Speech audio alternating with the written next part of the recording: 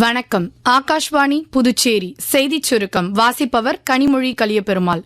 தமிழகத்தில் ஒரே கட்டமாக நடைபெற்ற சட்டமன்ற தேர்தலிலும் மேற்கு வங்கத்தில் முதல் கட்ட வாக்குப்பதிவிலும் அதிக அளவிலான வாக்குகள் பதிவாகி உள்ளதாக தேர்தல் ஆணையம் தெரிவித்துள்ளது.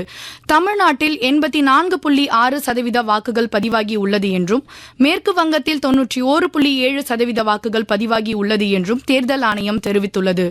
இன்று புதுடெல்லியில் தேசிய பஞ்சாயத் ராஜ் தினம் கொண்டாடப்பட உள்ளது. இவ்விழாவில் முக்கிய அம்சமாக பிரதமர் திரு நரேந்திர மோடியின் செய்தி அறிக்கை வாசிக்கப்படும் என்று பஞ்சாயத் ராஜ் அமைச்சகம் தெரிவித்துள்ளது.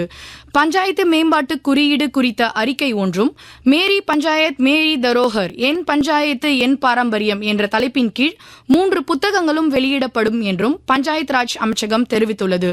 புதுச்சேரி ஜிப்மர் மருத்துவமனையில் இருந்து சிறப்பு மருத்துவர்கள் குழு மாதந்தோறும் 2 மற்றும் 4ஆம் சனிக்கிழமைகளில் காரைக்கால் அரசு பொது மருத்துவமனைக்கு சென்று அங்குள்ள மக்களுக்கு மருத்துவ சிகிச்சைகள் மற்றும் ஆலோசனைகளை வழங்கி வருகிறது.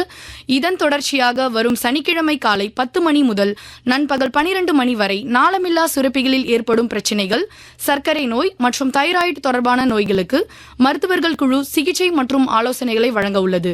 பொதுமக்கள் இந்த வாய்ப்பினை பயன்படுத்திக் கொள்ளுமாறு காரைக்கால் நிர்வாகம் கேட்டுக் கொண்டுள்ளது. ஐக்கிய நாடுகள் சபையின் புதிய பொதுச் செயலாளரை தேர்ந்தெடுக்கும் செயல்முறையின் ஒரு பகுதியாக ஐக்கிய நாடுகள் பொது சபை ஏற்பாடு செய்த கலந்துரையாடல் அமர்வுகளில் வெளியுறவு அமைச்சகத்தின் மேற்கு பிரிவு செயலாளர் சிபி ஜார்ஜ் பங்கேற்றார்.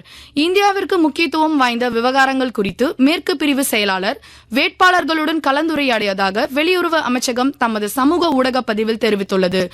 நேற்று மும்பையில் நடைபெற்ற IPL T20 கிரிக்கெட் தொடரில் சென்னை சூப்பர் கிங்ஸ் அணி 103 ரன்கள் வித்தியாசத்தில் மும்பை இந்தியன்ஸ் அணியை வீழ்த்தியது. இத்துடன் இந்த செய்திச் சுருக்கம் நிறைவு பெறுகிறது.